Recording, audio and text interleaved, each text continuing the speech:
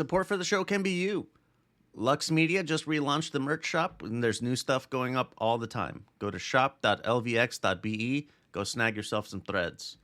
You can also go to patreon.lvx.be, sign up over there and get ad-free episodes and a 20% off shop discount every month. Ad-free, discounts. What more do you want? Seriously, what more do you want? Let me know.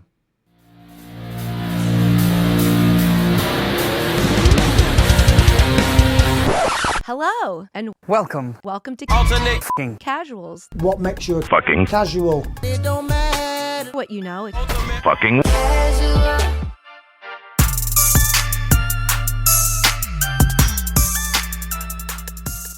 Let's fucking roll. Ultimate fucking casuals up in your ears. Nathan, Isaac, holy shit. It's been we're having, I think, a pretty good run so far at the beginning of the first quarter of 2025, and it's carrying on to be pretty good so far. What do you think? Yeah, I enjoy it. We've had some really good fights. And obviously it's gonna be a little bit of a desert, like in the middle of the year, other than like the International Fight Week. But I'm excited, man. The start of this year has been really fun. The end of this year could be really fun as well. This could be a really good year for the UFC and for UFC fans. It definitely feels like a little bit of a calm before the storm. We've got a lot of moving pieces, right? We could finally get the big heavyweight showdown that everyone's hoping for. Topuria moves up to lightweight. Makhachev could be moving up to welterweight. A lot of moving pieces, and I feel like this beginning of the year sort of set the stage for a lot of big clashes in the second half. Yeah. If we can get the John Jones Aspinall fight, I think it's probably one of the better UFC years in some time. Yeah. And that's saying something. Yeah, I was gonna ask if this is an all-time year right now, but it has the potential to be. Yeah. Definitely not at the fun. moment. Yeah, Not at the moment. We've not had the super crazy fights, but I mean, I think the second half of the year is setting up pretty well. Yeah. Well, let's start off with extending an olive branch to the boxing B-sides. If you like this, if you like this kind of fucking romp, then you're gonna enjoy that. We just talk about boxing instead, which boxing's having a pretty damn good year too, and made me wonder about one guy in particular, Richard Torres. He fights at heavyweight, which is on the boxing side, it's 200 plus. And the top guys typically they stand around 6'4" is like the minimum, but they're usually around 6'6", 6'7", around that area. And Richard Torres is 6'2", and he usually weighs around 215 to 225 pounds. So he's definitely like the classic heavyweight size, but he keeps getting the job done. I don't know. Do you guys think he's legit? Is he somebody like seriously worth paying attention to? Not just because you're like a fan of him personally, but is he someone to watch? Yeah. I mean, I'm like a pretty big Torres fan. Like I said, I've been following him for some time now. He got the silver medal in the Olympics. It's been some time since, I think it's Wilder was the American before that to get a medal in the heavyweight division. I'm just gonna be honest. I don't think Richard Torres is gonna be holding a belt at the heavyweight division. I think there's names that are better than him. Moses Atama being one of them. But he's fun. I think he's someone who can be like towards the top, but I doubt he's gonna hold a belt. I'm just gonna be realistic. Yeah, but that's also not a problem when you're in the heavyweight division and you're devoid of like good, interesting fights are kind of scarce. See, part of it is take what you get, but he also is like legitimately a fun fighter to watch. So whether that career route takes him toward a title or not, like I'll be along for the ride just to see what happens. Yeah, I mean, I think they have a few storylines that they could do. Like probably one of the biggest ones is to have him face I always forget this dude's first name, but Jalalov he has 2 wins over him in the amateurs in the Olympics. One of them being a pretty nasty knockout against Torres. But if they can face each other in the pros, that's a really nice matchup. I mean, we all know like the amateur circuit is different than the pro circuit. But if Torres can get that matchup in the pros, I think that's a pretty decent fight that they can build, considering the history. It's something I would be interested in. I like seeing those like amateur system rematches, like Keyshawn Davis and Andy Cruz. Keyshawn lost the gold medal match to Andy Cruz, so that would be a good redemption story. I think like you said, Jalalov and Richard Torres, was that a gold medal match? Yeah. This recent one was, Man, the one in, I think it was Japan. Yeah, that was the 2020s. I'm excited for Richard Torres. I think he's just a fun character, and yeah, Nate, I think you said like you don't necessarily have to have the championship bona fides to be noteworthy at heavyweight. Yeah, if you're able to consistently deliver knockouts and have fun performances, like that's good. And I mean, with as shallow as the division is, he should shoot right up the rankings and he should get faced off against another contender or another former champion. And I mean, it's heavyweight. Who knows what happens in that situation? Like one punch can end it. So yeah. I mean, also he's one of the very few like American heavyweights that have even like remote potential at the moment. So I mean, if you can get like Top Rank behind him, you know, promote him well. I mean, an American heavyweight, that means something. So it's, you know, he's in sort of a unique position as long as he keeps doing well. He's gonna have to be. Well, we saw what happened when a heavyweight was brought up in the Top Rank protection system. That was Jared Anderson. Yeah. That did not go very well for him when he stepped out of it. So I always say that Richard Torres should consider moving down to cruiserweight. It wouldn't be that much of a like shedding muscle kind of thing. But that's just I think he should do that. But well, that'll do it. Boxing B-sides if you want more boxing talk. Wherever you're listening to this, you can find the boxing B-sides there. Into some news. So it happened a little bit ago, like a few days, but did you see Henry Cejudo? Somebody crashed into his neighbor's house. They were doing like they were doing like 60 or something in the neighborhood and lost control. The driver jumps out of the car trying to escape, just run away from it. Like, bitch, it's the car's registered to you. Where do you think you're getting away from? But the neighbor tries to stop him. Dude hits the neighbor who's like in his 60s, and then Cejudo beats his ass. Damn. Nice. I thought that was pretty cool. All this while wearing silk pajamas. Yeah. That's right. Yeah. It was actually pretty funny. They were asking him. That's definitely good, yeah. Yeah, they were asking him, like, man, so like they asked him what happened, then he explained it, and like, yeah, he's just standing there in his PJs. The neighbor had like a cut on his head from where the dude hit him. It was, man, why are you? So many questions. I want to get more answers, so I'm gonna keep an eye out for this one.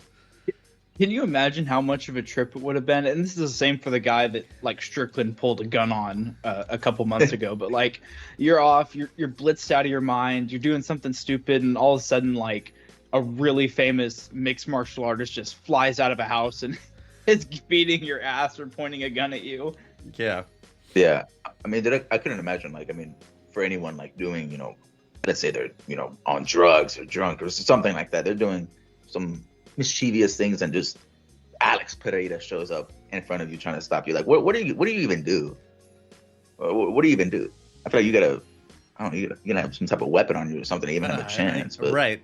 If I don't have a piece on me, then I'm just gonna lay down. I'm just gonna sit down and like, all right, you got me. You got me, yeah. Cejudo said that he held down the dude, and the neighbor came up and was smacking him up a little bit too. So that's nice.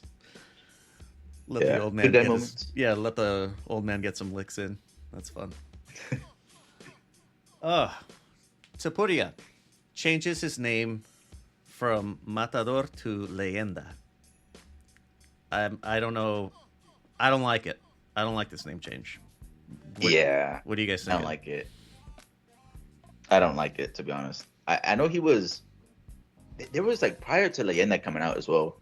He was dabbling with the idea of being called like El Elegido, which is like the chosen one in Spanish. But I just think El Matador is just so much better as a nickname.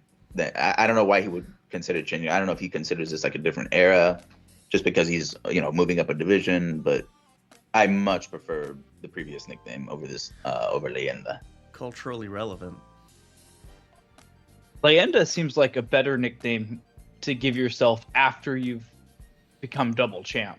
Yep. Like that makes more sense. Yeah. Like, right now he is, in my mind, he's still like the Matador, right? He's Mhm. charging up against, Bulls. Yeah. he's Bulls you're have right. gotten He's the bigger. underdog. Yeah. This is Yeah. unacceptable, Ilya. I know you're listening, buddy. So why don't you change it back? Oh, He's trying to sell merch again. something I completely forgot about. Ilya's wife coming out with the news about Topuria's equipment. Wait, for real? Yeah, Oh yeah. She said like he's No little, way. but he uses it well or something like yeah, that. like it's What? yeah. He's like it's not. In essence, it's not the size of the boat; it's the motion of the ocean, and that's Oh my god. what she said about him. It's like he knows how to work it. That's some. That's so shameful, dude. Alright. Don't tell somebody that. That's sort of wild, bro. Too much Is he information. still- It was that. Is he still Leyenda, bro? Is he still Leyenda? I don't think Is he so. still the goat? Yeah. No, that's hilarious though. Oh, that is scandalous. I would be quite upset with my significant other if she were to like. Don't tell people about that. Thank you very Yeah. much. How would that even come up in a conversation? I have no idea. I don't even understand That doesn't make any sense whatsoever. Yeah. Well, I mean, the Spanish paparazzi definitely like could have had something like wink, wink, nudge, nudge. How good is he in bed? Kind of question.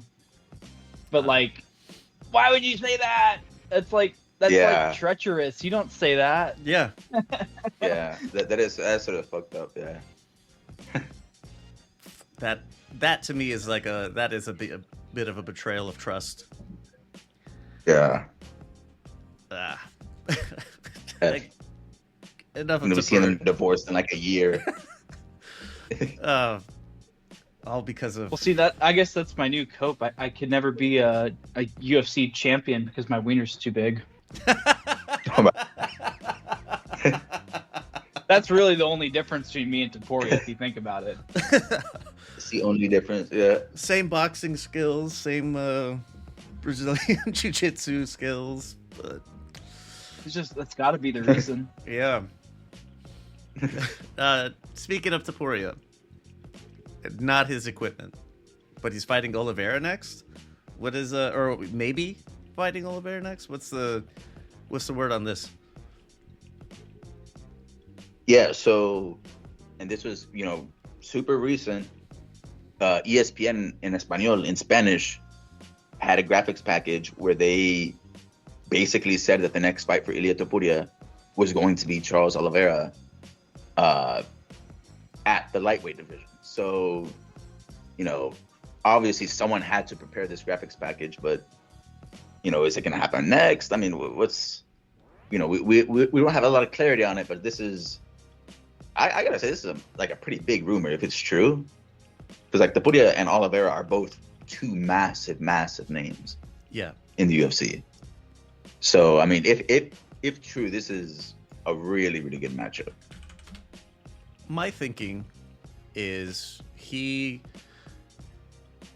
may very well be fighting Oliveira next, but because the options or the potential opponent is it's going to be such like a kind of a marquee thing. It'll be a big, big headline for combat sports or MMA in particular, I guess. But I'm thinking that they have the graphics prepared for Islam, Oliveira, I don't know, Dustin, Justin. They have all the big names ready to roll, so that if once it's announced, they already have it lined up and ready to release. Just my thinking. Yeah, I mean, if this is a slip up, it is a massive one. But I mean, I don't know. I mean, we've seen this a few times in the UFC. I mean, what was it like at the T-Mobile Arena? A John Jones fight was leaked, or something like that, because they put it up like on the digital display. This was some time ago, but a John Jones fight was leaked at the T-Mobile Arena, I think. But man, this is a big fight if true, and I sort of hope it's true, just because we sort of need fight news on these guys ASAP. Yes, both Topuria and Oliveira. It's been some time now. It better not be a mess up, because now you've set the standard for what people are expecting, right? Like, it's got to be Oliveira or it's got to be Islam. If it's anything less than that, like if he's fighting like Dan Hooker, like all due respect to Dan, but like that's a step down in the quality of the fight. And it's like, well, why the hell did he vacate his title if not to fight the bad boys of this division? Best we can do is Topuria versus Bobby Green. That is the best we can do. Oh, don't do that to him. Leave Bobby alone. But no, yeah. Nathan's right, though.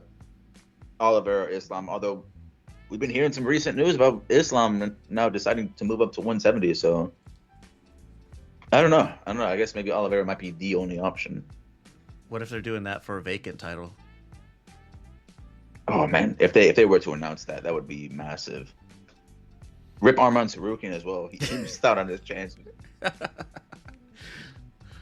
That would be a good first defense for the winner, though. Yeah.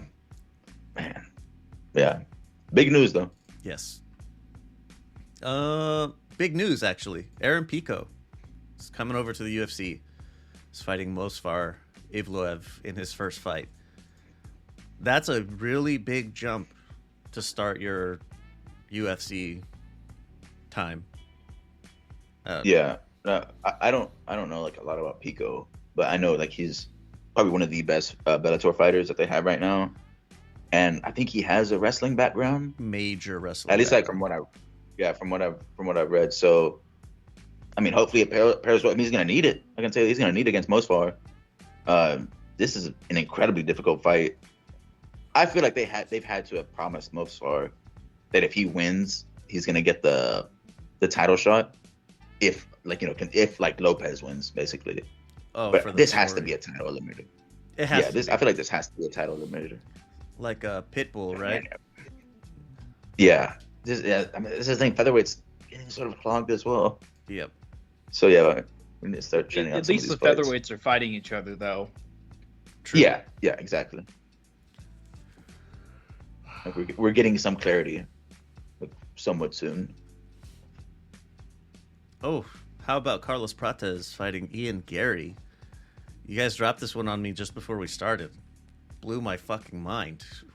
Where the hell did this come from? Yeah, so this basically came out from like Jeff Neal dropping out of the fight with Carlos Prates.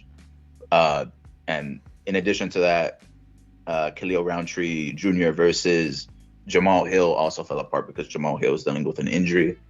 So they decided to make Prates versus Ian Gary as the main event for the Kansas City UFC Fight Night.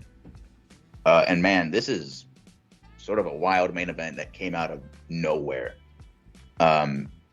This is a great matchup. The striking should be really nice. You know, Fighting Nerds, we were talking about it just before we started, but Fighting Nerds have a massive amount of hype behind them at the moment. If Prates can beat Gary, it's gonna skyrocket. I mean, it's because Ian Gary, Ian Gary is legit. Ian Gary is 100% legit. Yeah. If Prates can beat him, that means a lot. That means an insane amount at that division. It's definitely a big moment for both guys. Mhm. So, Yeah, Gary can sort of. and you know, it should be. staple his I mean, spot. God, I hope that Gary strikes the whole time. I really hope he doesn't just resort to grappling. Like, if this stays standing the whole time, it's going to be a war. Yeah, I mean, Pratesh has power, man.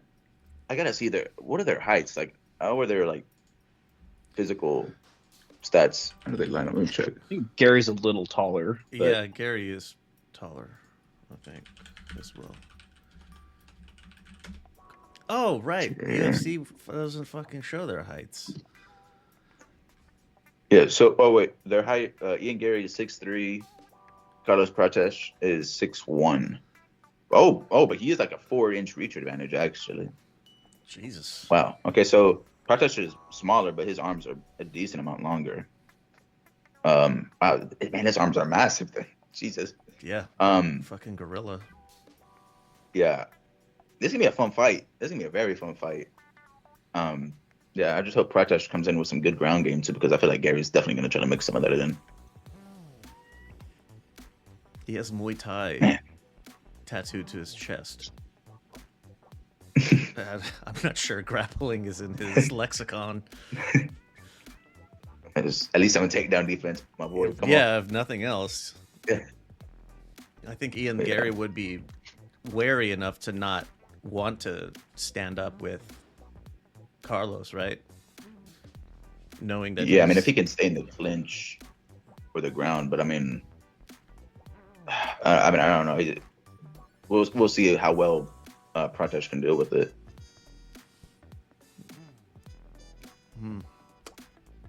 Well, anything more on the news stuff? News rumors? Not that I've seen. What about you, Nathan? nope, that's all I got. Well, I'm going to do this one early. Support for this episode is from Ramen Bay. Ever have that ramen craving hit hard? You know the feeling. Sometimes you want that rich, savory broth and those perfectly chewy noodles, but you don't have time for all the fuss. Well, say hello to Ramen Bay. They've taken the best ingredients for ramen and freeze-dried them for ultimate convenience and incredible flavor.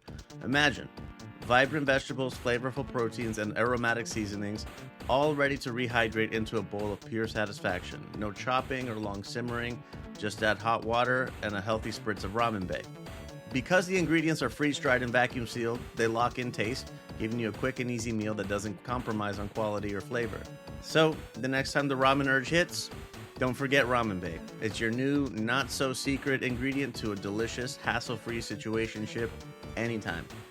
Hit up the Bay for ramen and chill at ramen.lvx.be or use code LVX10 at checkout. Get yourself 10% off every order and help us out a little bit when you do. That's Ramen Bay. ramen.lvx.be. You ever feel like your online life isn't really yours? Like every email, every single click is being watched and sold to the highest bidder?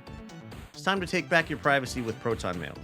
You don't have to be hiding something to want privacy, and privacy is worth paying for. That's where Proton Mail comes in.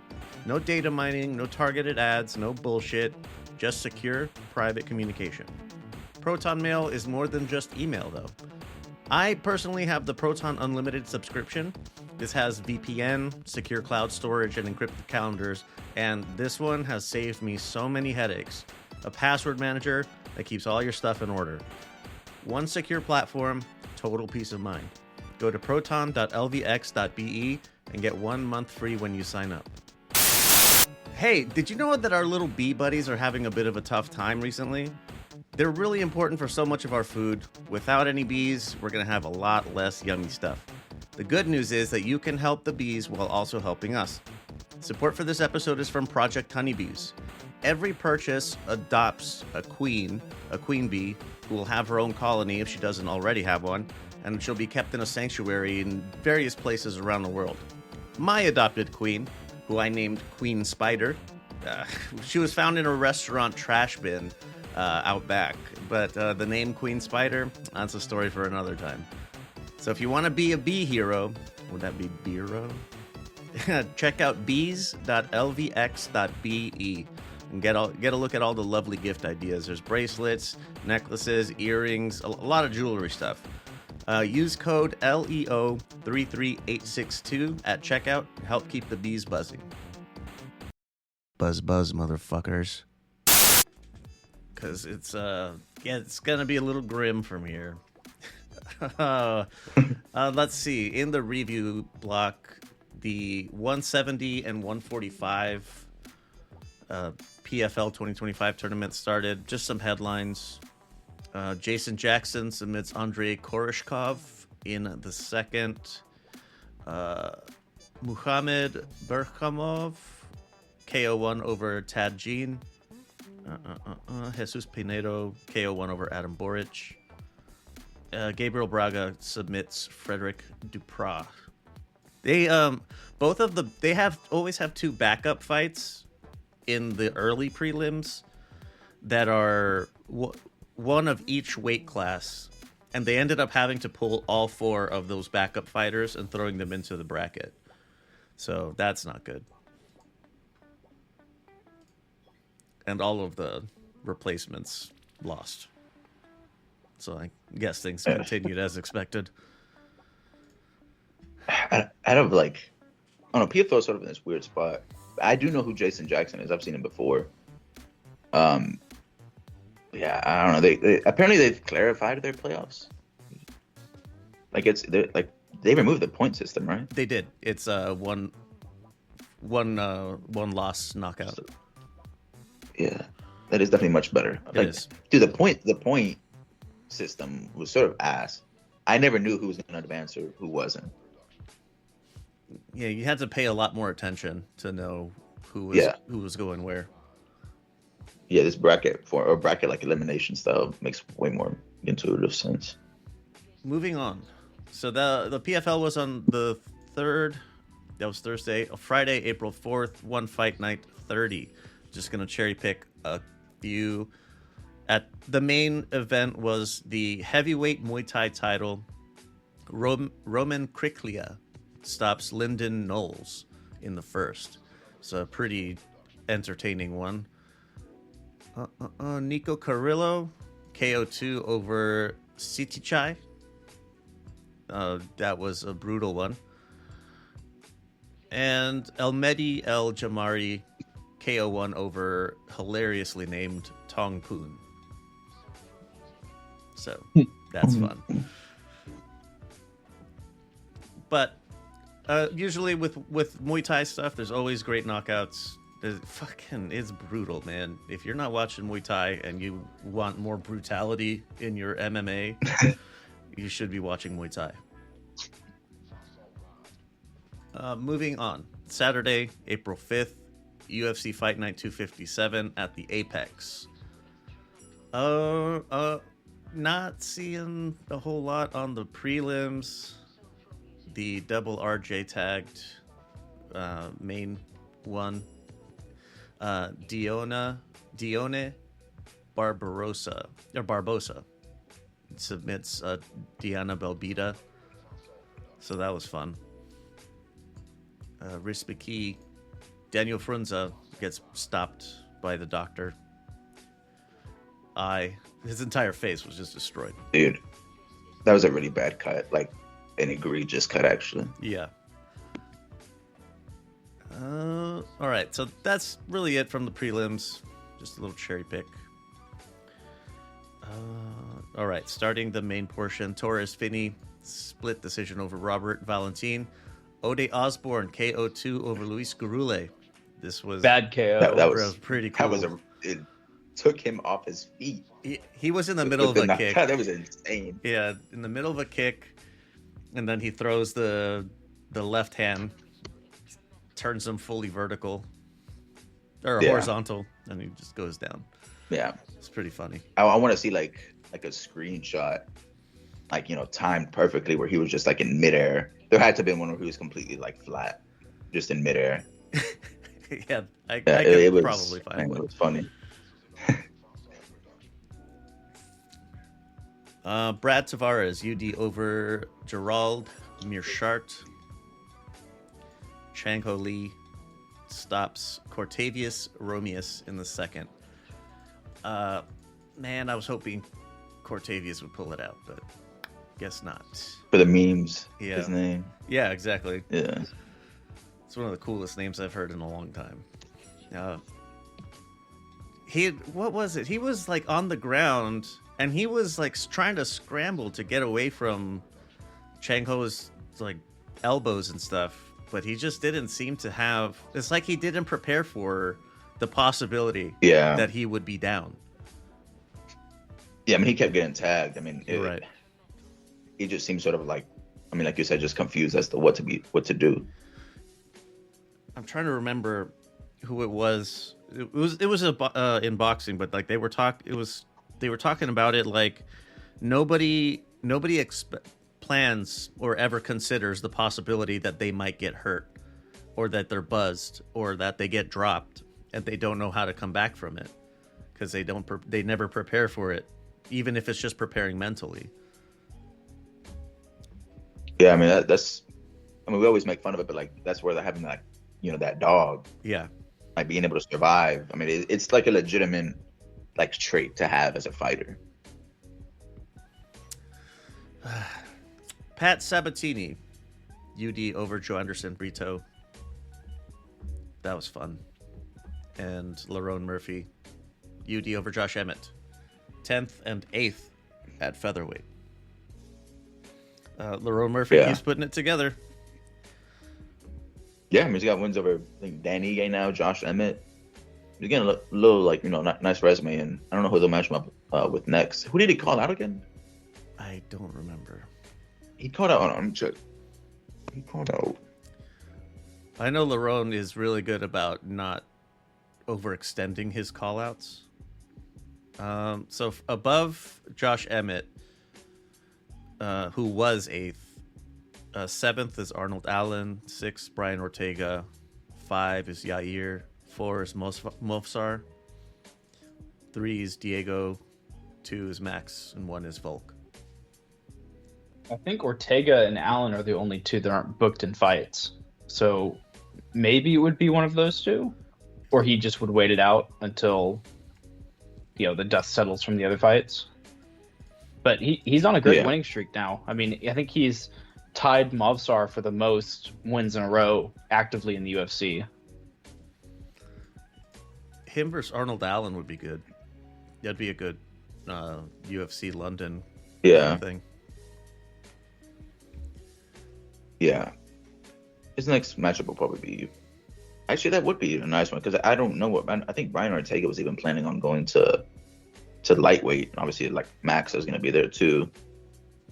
So Arnold Allen may be the only step forward to take. Oh, what if they make him try to defend his spot, like have him fight like a Yusuf Zalal? That would be actually pretty damn good. That would be good in London as well.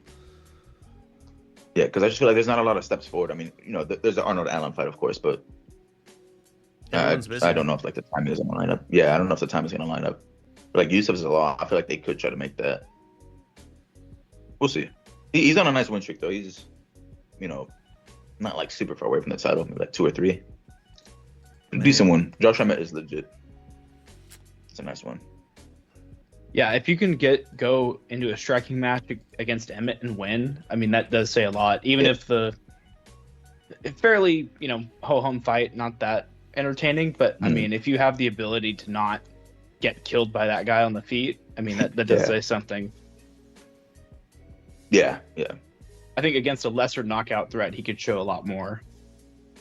Oh yeah, he probably would have been like a little bit more, seeking those encounters on the stand-up, like a little bit more active.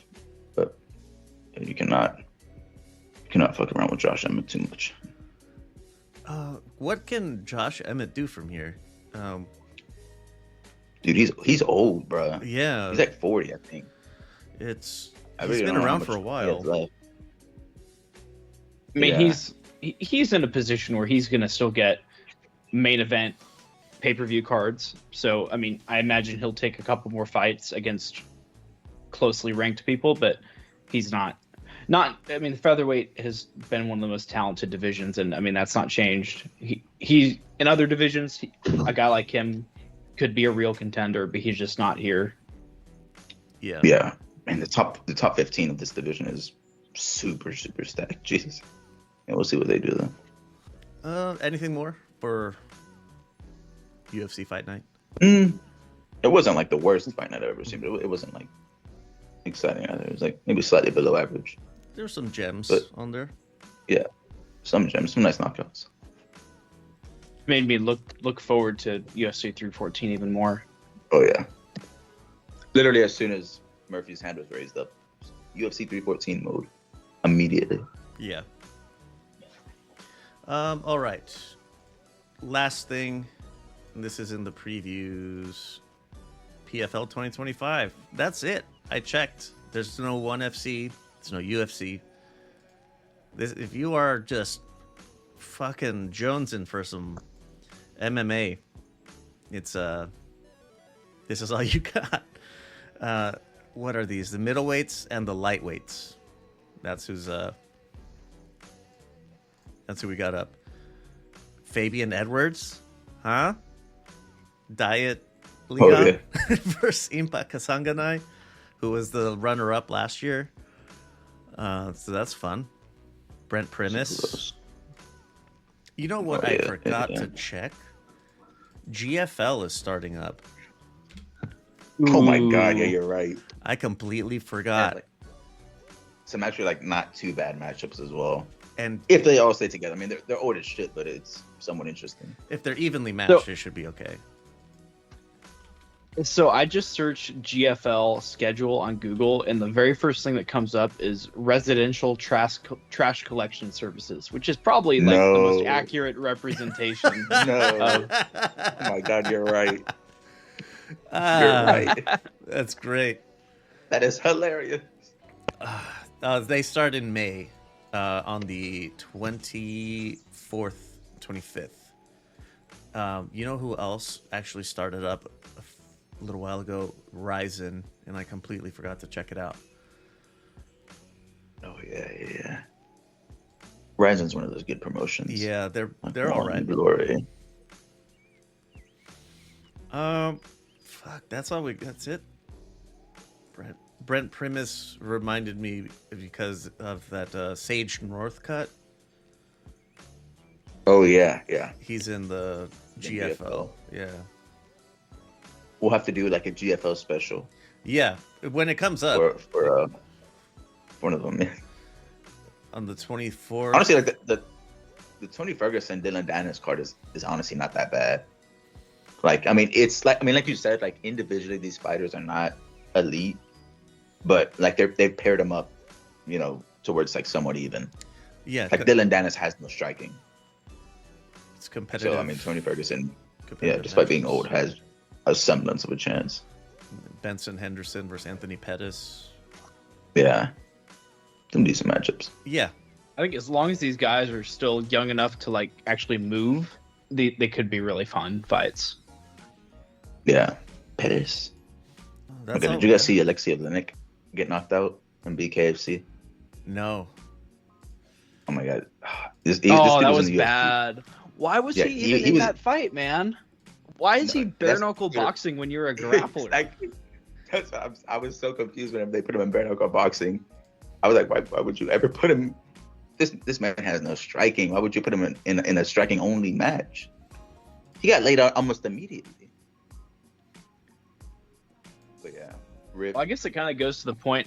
I was talking with someone in the Discord, and bare knuckle has gotten to a point where it's pretty well established. Like, it's not a bad fallback plan if you're someone with any kind of combat sports background. Like, it's never gonna be super mainstream, but like, it's consistent, and I mean, you can get paid if you go over there. So I mean, he likely just did that for the paycheck. So Oh, dude, I think Oleinik said he got paid like $200,000. That is a very good check for his age. A very. oh very my good check. gosh. Yeah, that's a lot more than I Yeah. expected BKFC was Yeah. paying.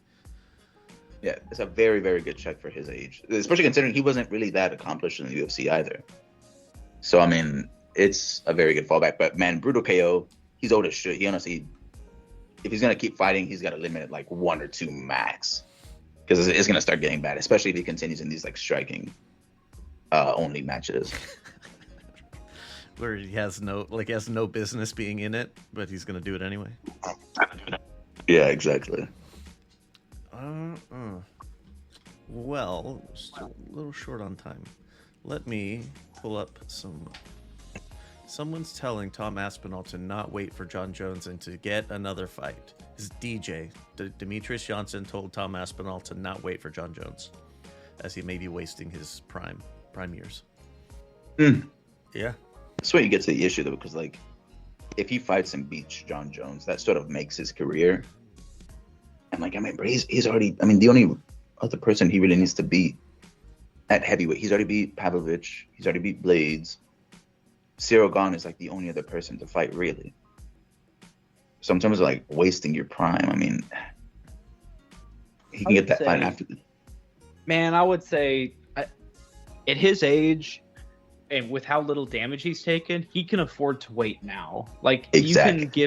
you can give it until the end of this year, and if you have just a year and a half of inactivity, you can be elevated to full champ, and then you can go fight whoever you want to fight after that. Yeah.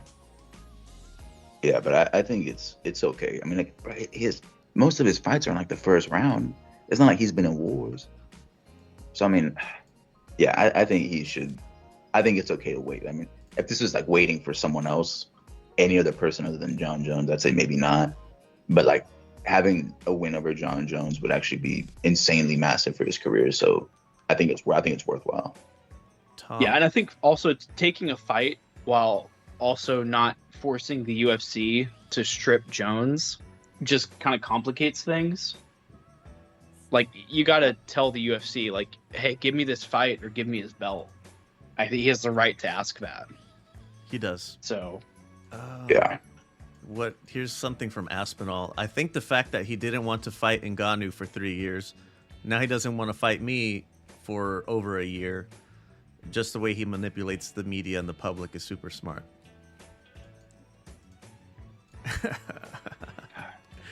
This is the thing, who's he even regardless- manipulating, man? A couple Jones stands? Like, Yeah. who the hell's he kidding?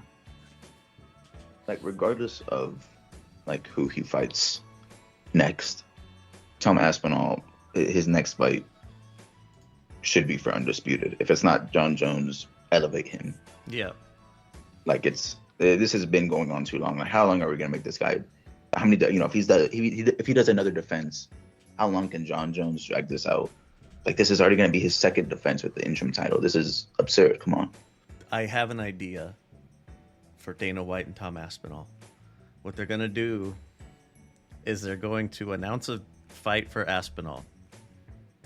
And then once the fight is quote unquote official, John Jones is going to come out of the woodwork talking about Tom Aspinall's ducking me. Where the fuck is Tom Aspinall? Why is he fighting this nobody instead of me? And then Dana White says, surprise, bitch. Now you are fighting him. You just said you wanted to, so let's do it. It's a ruse, but it's a good one, I think, anyway. Yeah. I just hope, for whatever reason, like, if this fight doesn't happen, let it be because John Jones didn't want to take it. But please do not let this fight go just because they didn't want to pay someone, X amount of money. Please, like, just pay John Jones whatever he wants, like $15 million to him. He's been in the UFC for time now. He's a legend. Just pay him the money. Let's get this fight. We need to stop playing around, man. This fight has been cooking for so long. If the pay is right, he's going to retire. Right? At this age? Yeah. Yeah, man. Give John Jones a little $20 million. I mean, the UFC can absolutely afford that. So, I mean, just give it to him. Have this fight happen. And you win either way. Best case scenario, obviously, is Tom Aspinall wins and you have this new star at heavyweight to follow, English, somewhat young.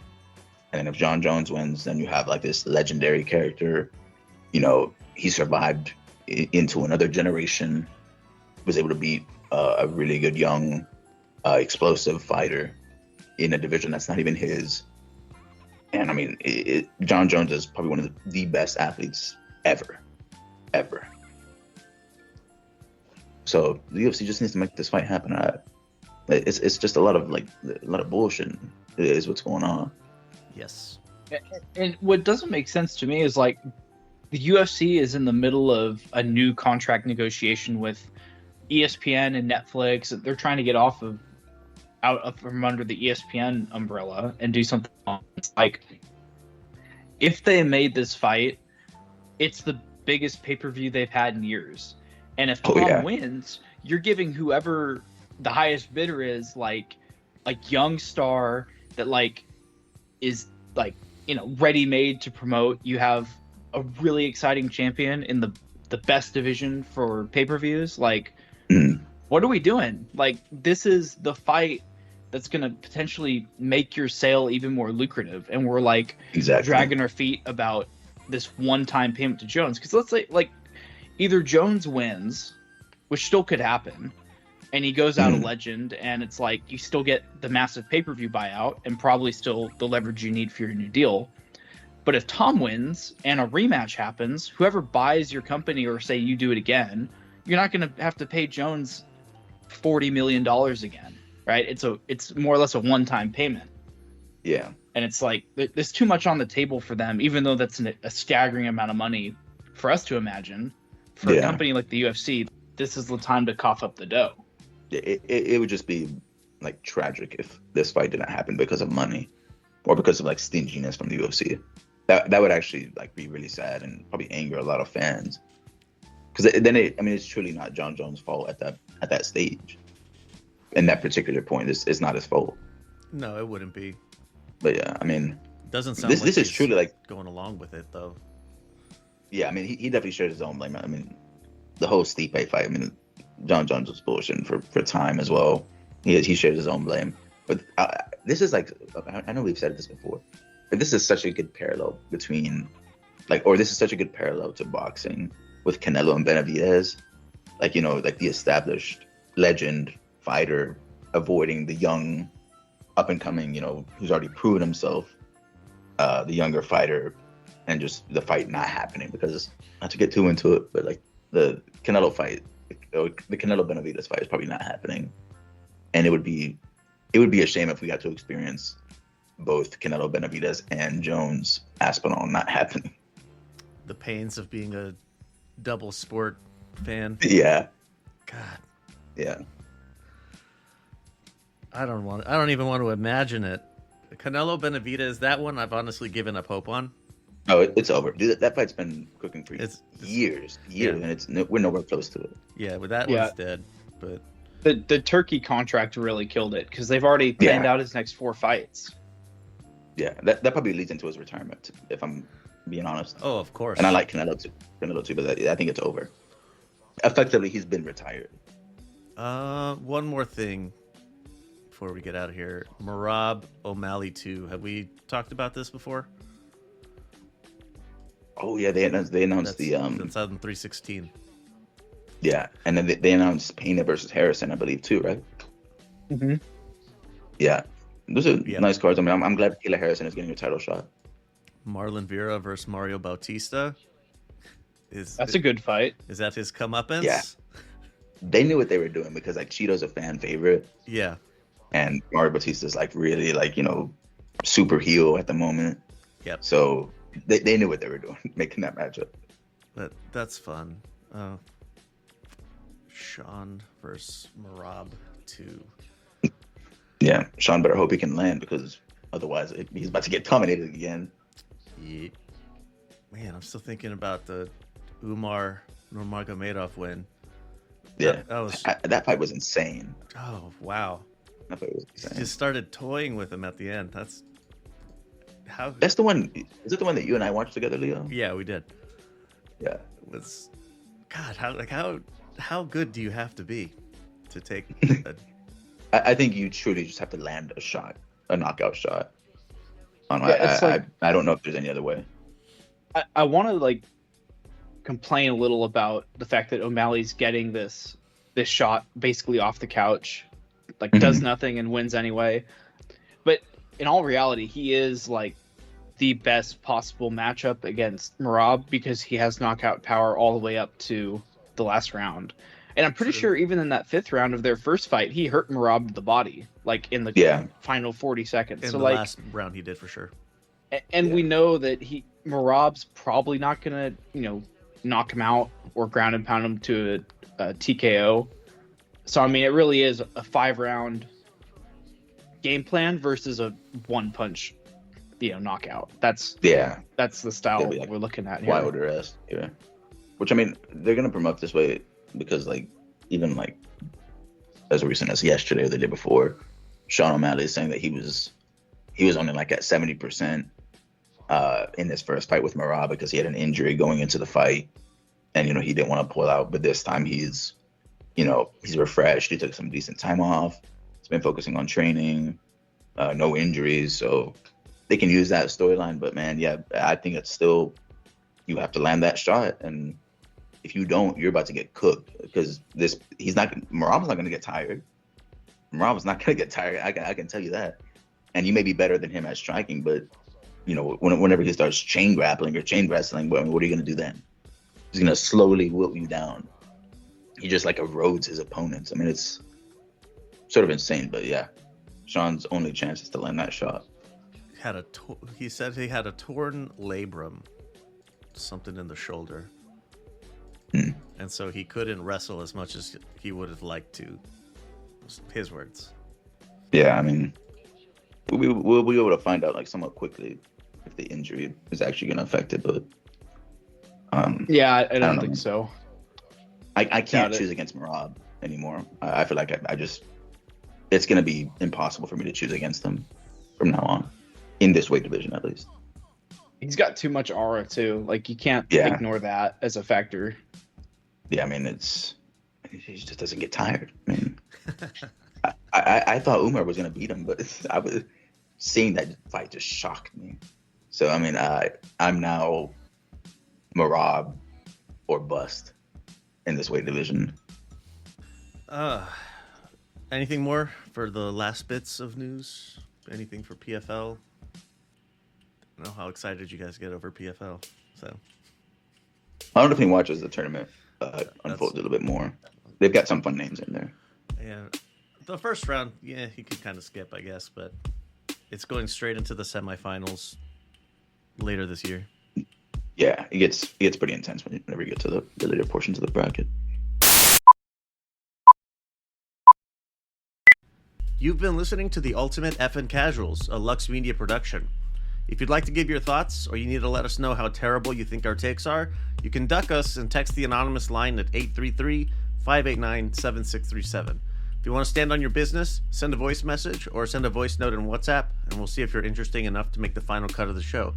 833-LUX-PODS. If you prefer to hit us up on social media, the account name is LVX Media Net, all one word. That's YouTube, Instagram, Blue Sky, all the rest of that bullshit. If you can't find us, chances are we're not on it. Patreon is where you can go to get ad-free episodes and other behind-the-scenes exclusives while directly supporting what we do. LVX Media Net over there, just like everywhere else. Even if you don't sign up on Patreon, you can still help us out if you check out our ad sponsors. You can also help by giving us a rating and a review on whatever app you're listening on. And last but not least, you can also check out the merch shop. New stuff goes up all the time. Metal intros by Anders Janhunen.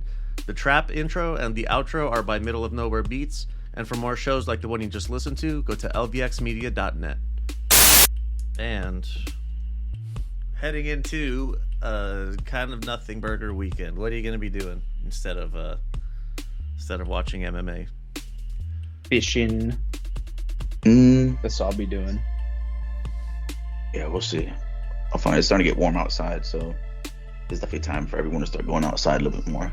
Definitely. More activities. Everyone get out there. Get off the computer. It's already warm enough over here. Oh yeah, you're in Arizona still. Yeah, it's probably over here in Philly. We still have some cold days. But it was we're switching. 41 degrees this morning here in Texas. I don't know what happened, but it's supposed to be a lot warmer here coming up. Brisk. Yeah. All right. Yeah. If that's it, then that's it. The Ultimate Fucking Casuals are out. When we come back next time, we'll be talking about 314 in its entirety. Woo. Yeah.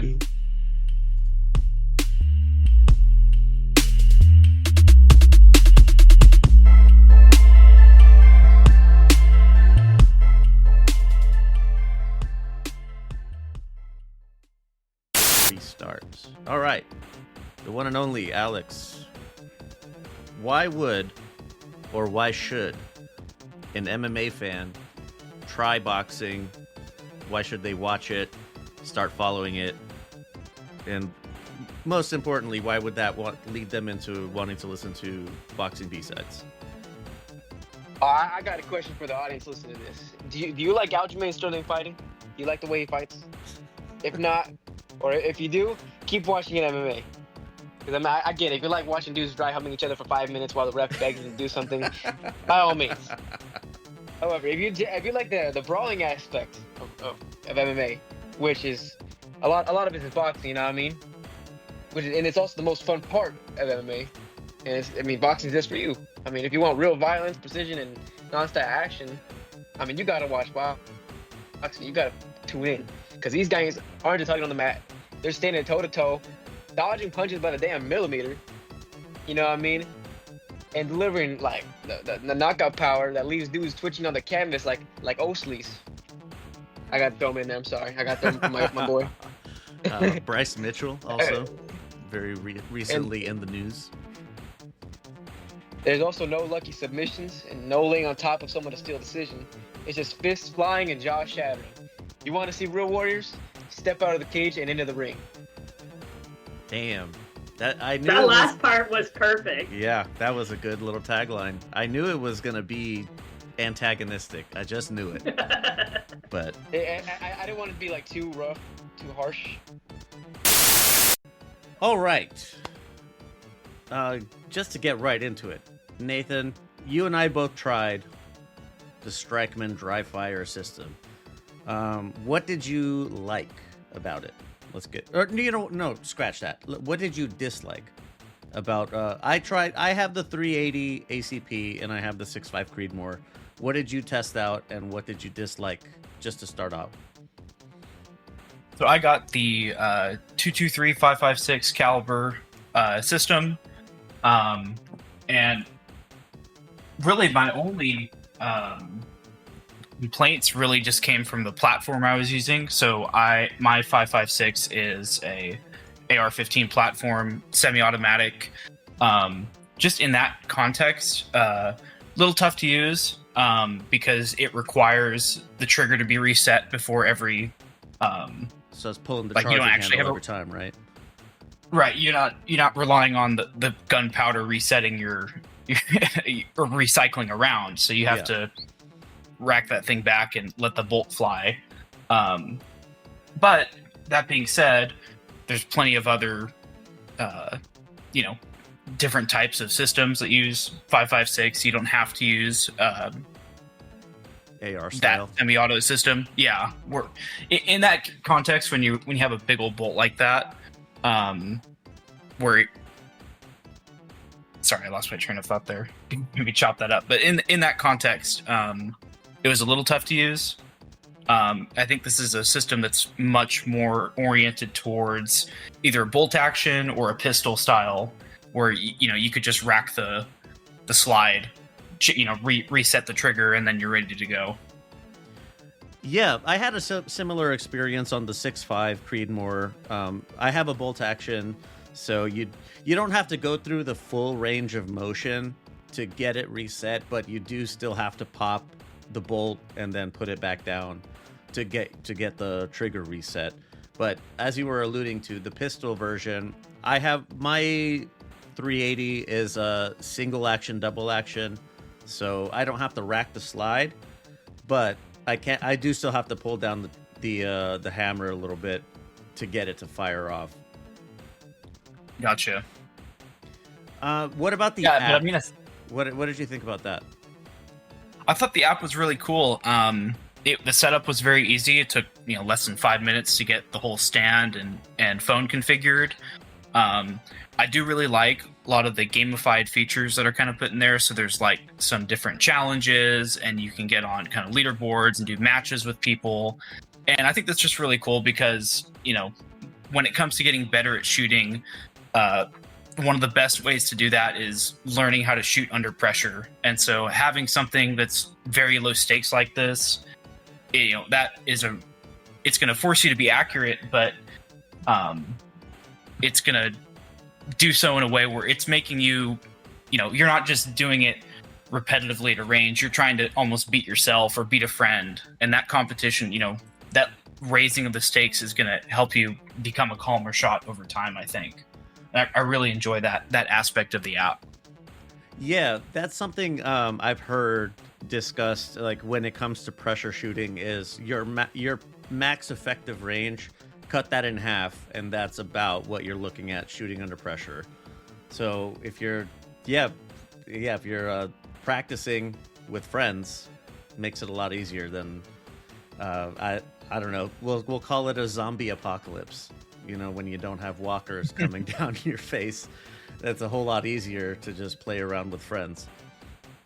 And also, you're doing it without spending any money on ammo. Like, oh, boy. Obviously, we've all just happened to the stock market these last few days, and ammo could become significantly more expensive. But Just now with the Strikeman laser firearm training system, you don't have to spend oodles of money on ammo. Just you can take your time in the comfort of your own home and practice all you want. Man, that was actually kind of tough. Like moving it back, I started off at what was it, like 10 feet, and then I moved it back to 20, and even that, just that little bit was still. It's like, man, I thought I was good, but I apparently need a lot more practice.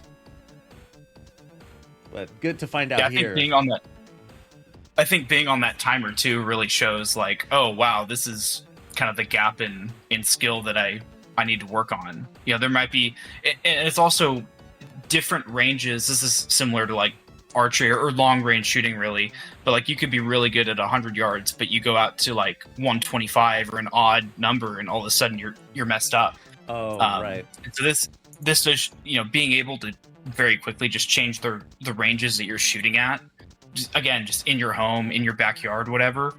Like that's a really, really helpful skill you can hone with the system. Oof. Yeah. Well, overall, I would call this a 4 out of 5 buy. Like it really depends on what it is that you're trying to do or what you're trying to practice with. I can't speak to any of the other calibers, but if it's like a handgun caliber, I always say if you can get a single double, get a single double, but I know that's not useful for everyone. Nonetheless, it should still help to increase your max effective range, like under pressure, right? Like I said, cut your original in half. Yeah, and I agree with that recommendation. I think any kind of pistol caliber, I think, is really well suited to this system. I think if you're going to do rifle, I think bolt action is probably going to be your best bet. But yeah, definitely concur with your assessment on its usefulness as a pistol training tool, which I think is, if you look at, I think that's what they're aiming for. Yeah, I think so when too. they were marketing this. So I think they did well there. I think they have shotgun gauges as well. Like that's kind of wild. Not what I would have expected for like a dry fire kind of training thing, but hey. Oh, that sounds like it would actually work, because you'd just be for a pump action. Yeah, you just pump it, right? Yeah, that's right. So. All right. Well, Nate, thanks for jumping on real quick. Just wanted to get a little bit on the Strikeman. Give us money. Yes, sir. If you want to get yourself hooked up with a Strikeman dry fire practice system, go to strikeman.lvx.be. You'll get yourself 15% off while helping us out a little bit in the process.